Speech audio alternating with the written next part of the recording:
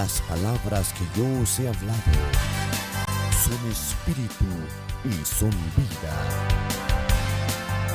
Ministerios Fuente de Vida presenta Palabra, Poder y Vida.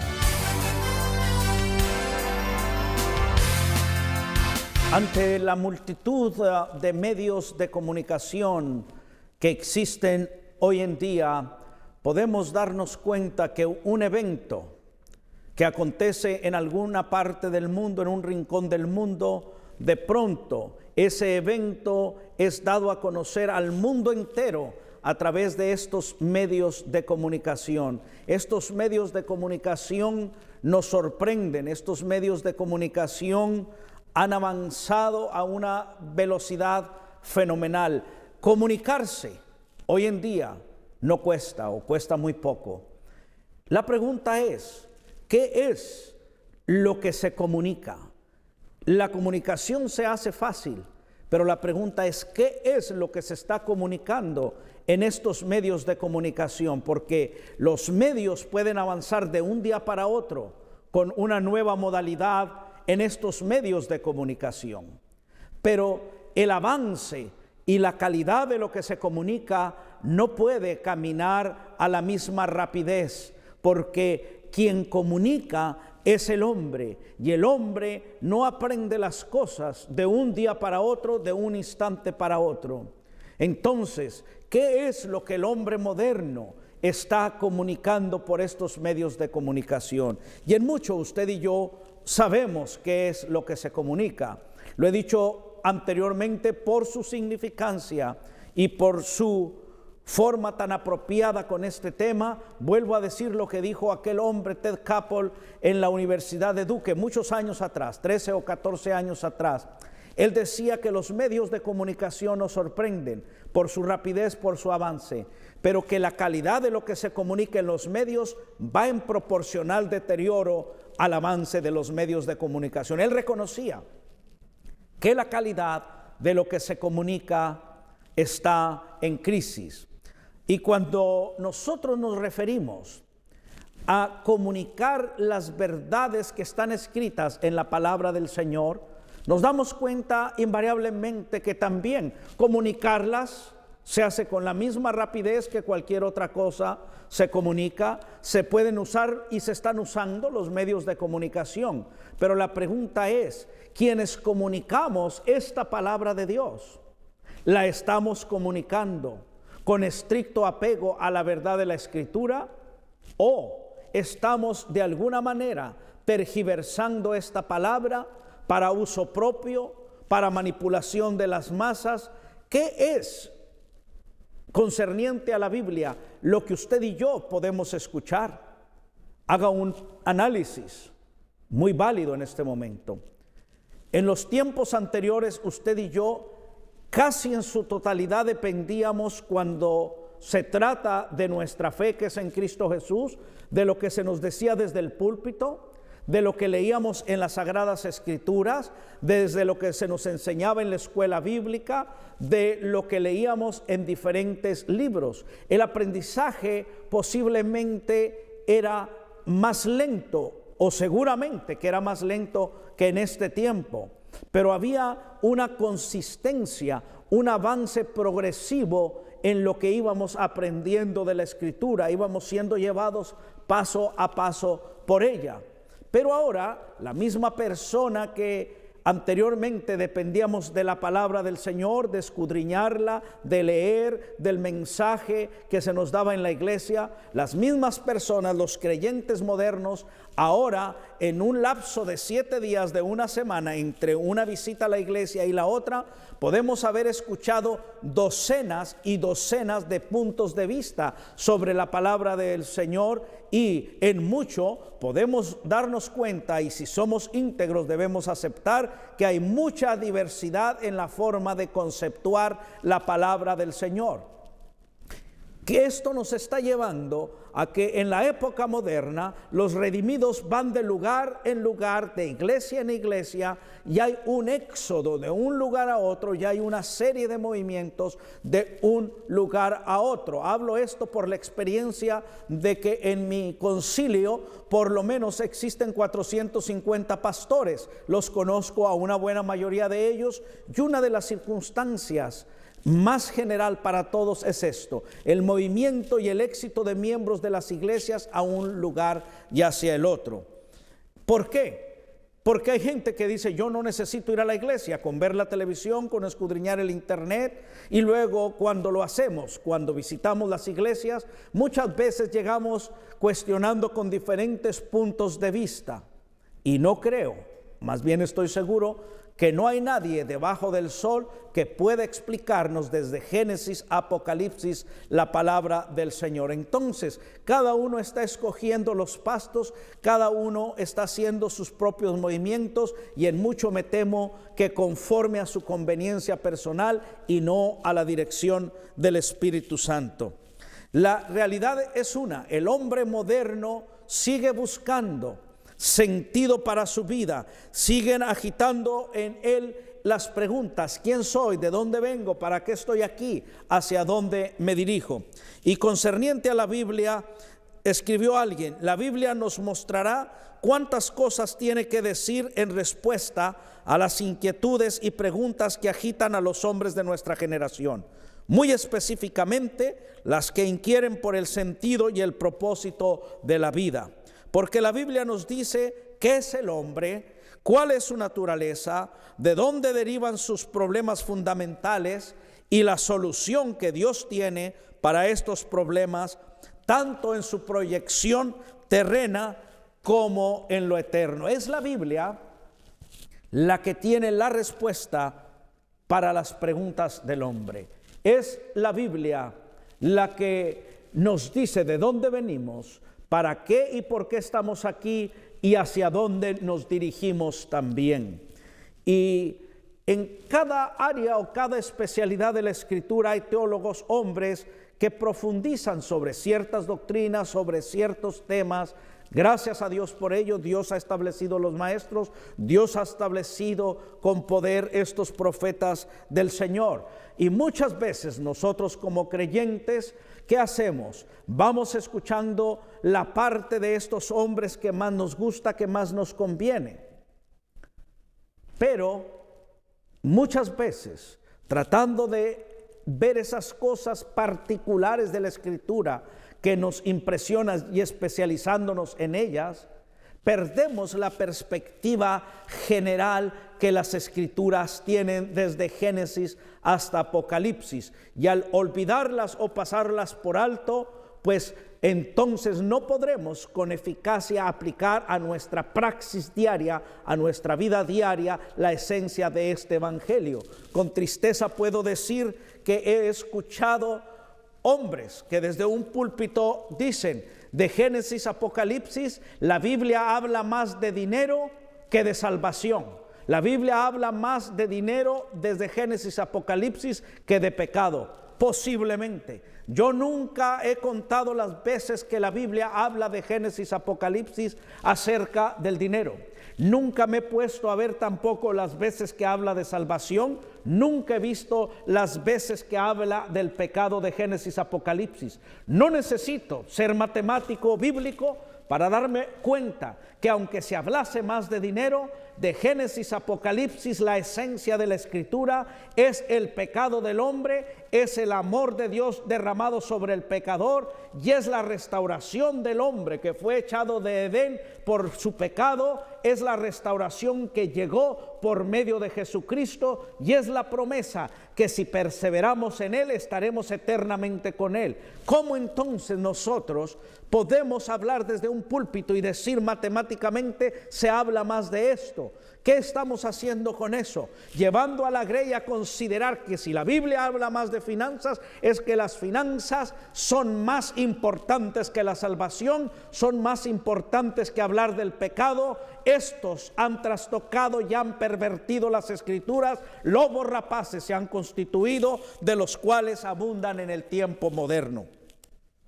Pero me permito, a través de esta gran oportunidad de llegar a sus hogares, durante las próximas semanas, escudriñar juntamente con usted las Escrituras, y mayormente no daré mi punto de vista sobre muchas cosas, mayormente, sino que juntos escudriñaremos la palabra del Señor sin sacar del contexto los textos que estaremos utilizando. Y estoy seguro que al final de estas semanas, 2, 3 meses posiblemente, habrá mucha paz en su corazón, habrá sido recordado en lo que usted ya conoce, con mi palabra que es muy sencilla, pero que tengo una garantía para usted que es palabra del Señor. Y también usted será recordado en estas cosas que ya conoce para poder llegar a otros también y darles un panorama general. Así quisiera usar esa expresión de lo que es la Escritura, la palabra del Señor.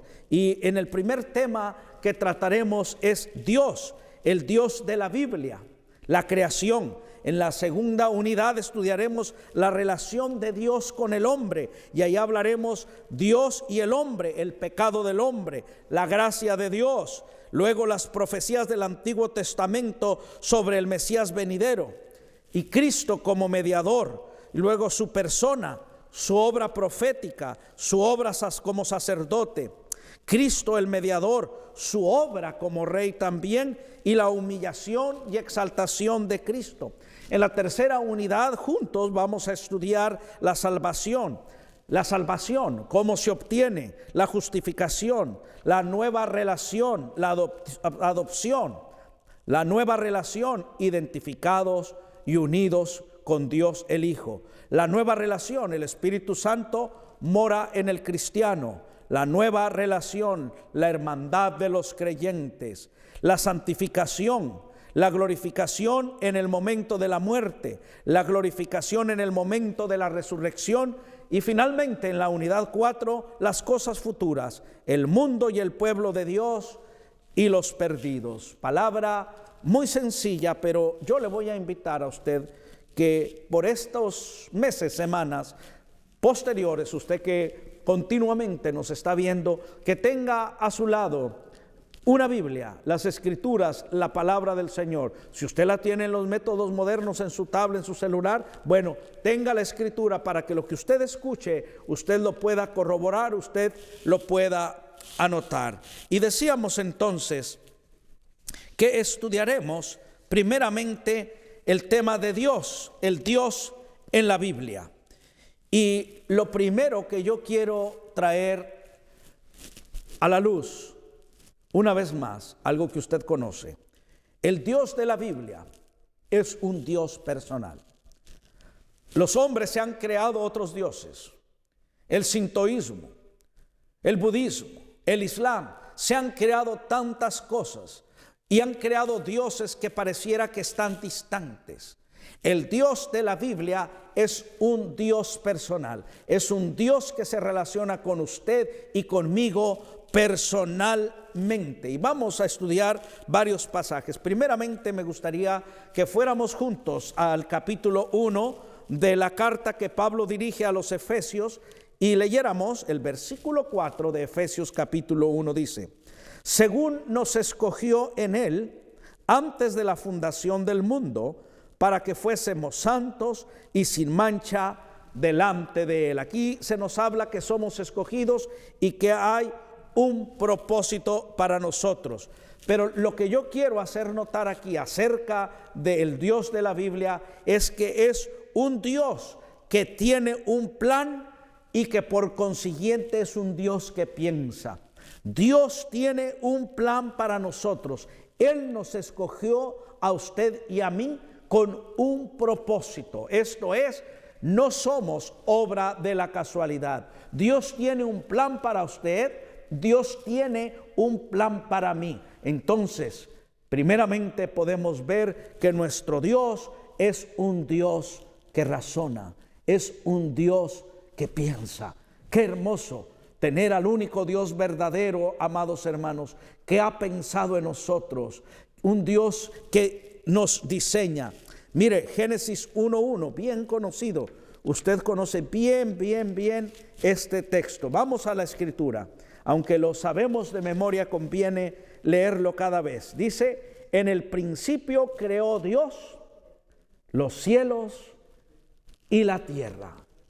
En el principio de todas las cosas, Dios creó los cielos y la tierra. Entonces, decíamos al leer Efesios 1:4 que Dios piensa. Pero aquí en Génesis 1:1 vemos que solamente Dios no se queda en el pensamiento, sino que Dios es un Dios personal, es un Dios que piensa, pero que es un Dios que actúa. Hechos, en el principio creó Dios los cielos y la tierra.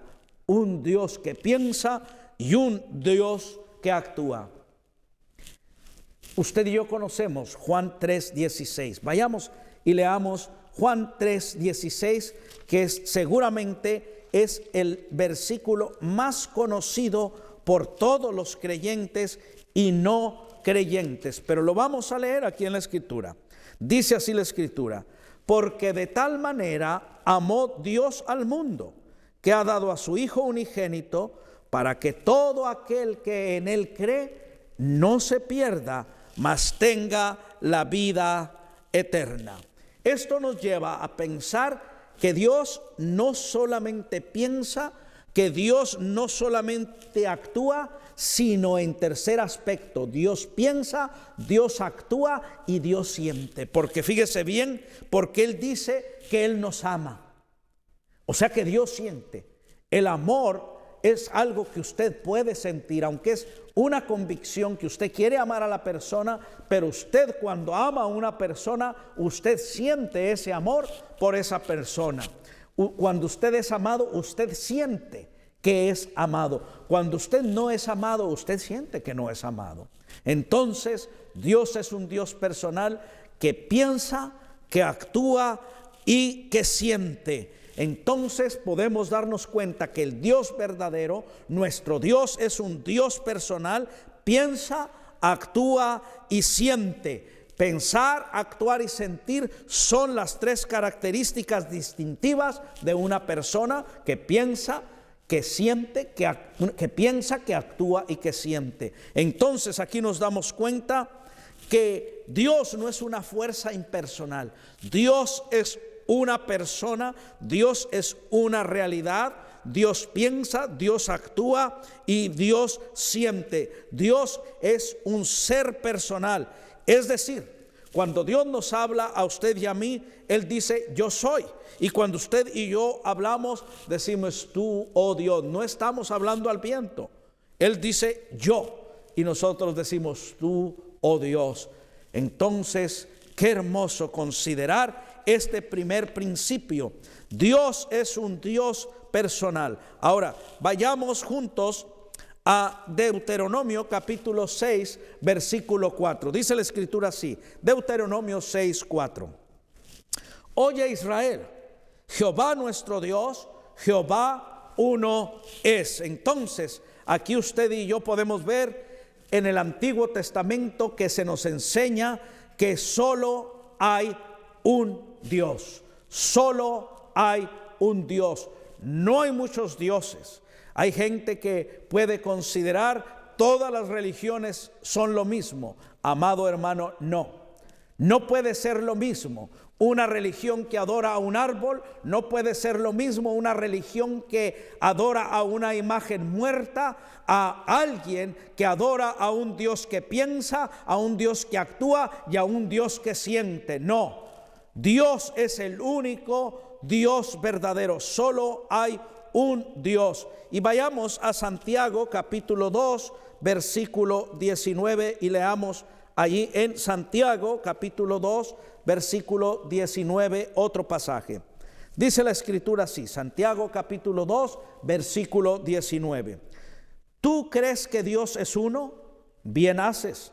También los demonios creen y tiemblan.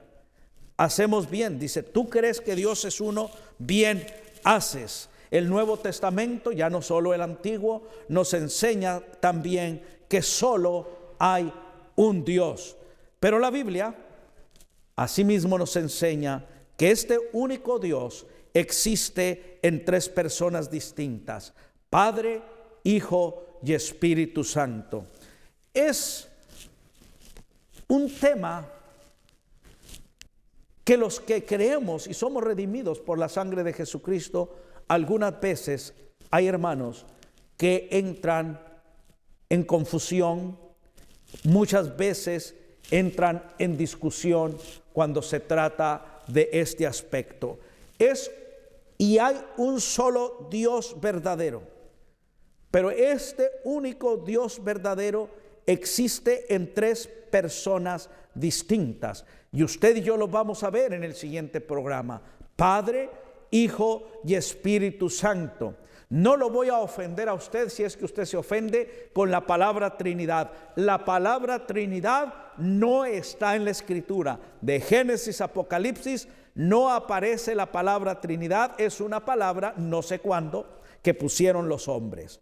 Pero indiscutible es, llámele usted Trinidad o de otro nombre, pero si usted escudriña con integridad y apertura de corazón, usted no podrá objetar que la Escritura nos habla del Padre, nos habla del Hijo y nos habla del Espíritu Santo, y nos habla específicamente de cada uno de sus ministerios y de sus trabajos a favor de nosotros. Ese será nuestro tema en el siguiente programa. Dios, el único Dios verdadero en tres personas: Padre, Hijo y Espíritu Santo.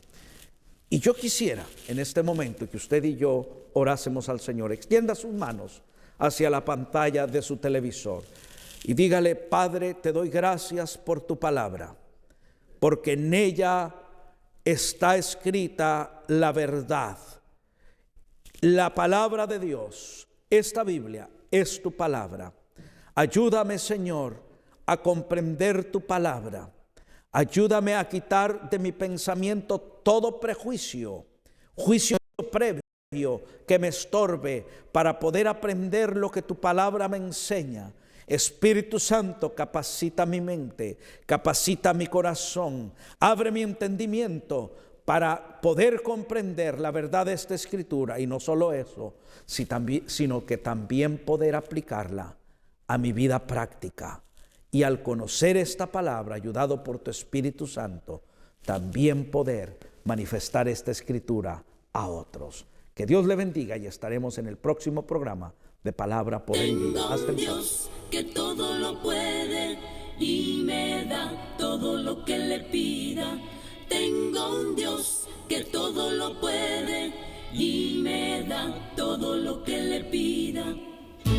Vamos, pueblo de Dios, alabemos al Señor. Si tú crees que para Él nada es imposible, alabémosle todos.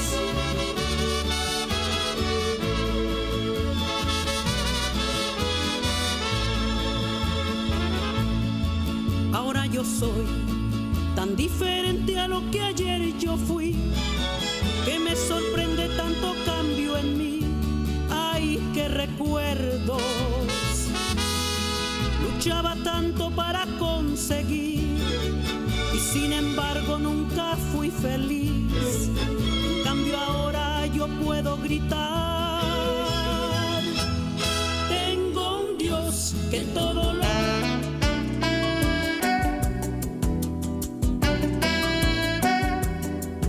Nuestra oración es de que este programa haya sido de bendición para su vida. Lo invitamos a ser parte de nuestra visión a través de sus oraciones y ofrendas. Escríbanos al 3300 Liberty Boulevard en la ciudad de Southgate, California, 90280, o llámenos al área 323-567-7777.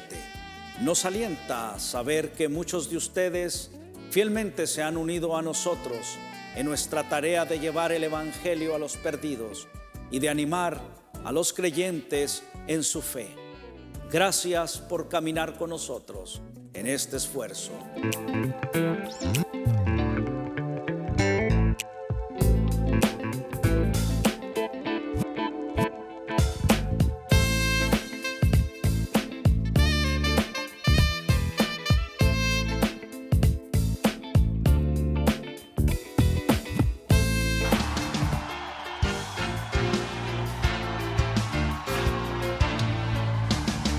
fue su programa Palabra, Poder y Vida del Ministerio Fuente de Vida. Si desea escribirnos, 3300 Liberty Boulevard, Southgate, California, 9280, o a los teléfonos 323-567-7777. El pintor y escultor Eleazar Martínez ha plasmado magistralmente en pintura el mensaje de Mateo 25, 35 y 36. Porque tuve hambre y me disteis de comer, tuve sed y me disteis de beber, fui forastero y me recogisteis, estuve desnudo y me cubristeis, enfermo y me visitasteis, en la cárcel y vinisteis a mí. Esta es una producción de edición limitada, exclusiva para Ministerios Fuente de Vida. Estamos seguros que usted querrá tener una copia de esta gran obra de arte con la firma original del artista. En gratitud por su colaboración financiera a nuestro ministerio, con su ofrenda de $100 o más, nosotros le enviaremos este precioso regalo hasta la puerta de su casa. Envíe su ofrenda a Ministerios Fuente de Vida, 3300 Liberty Boulevard, en la ciudad de Southgate, California, 9280.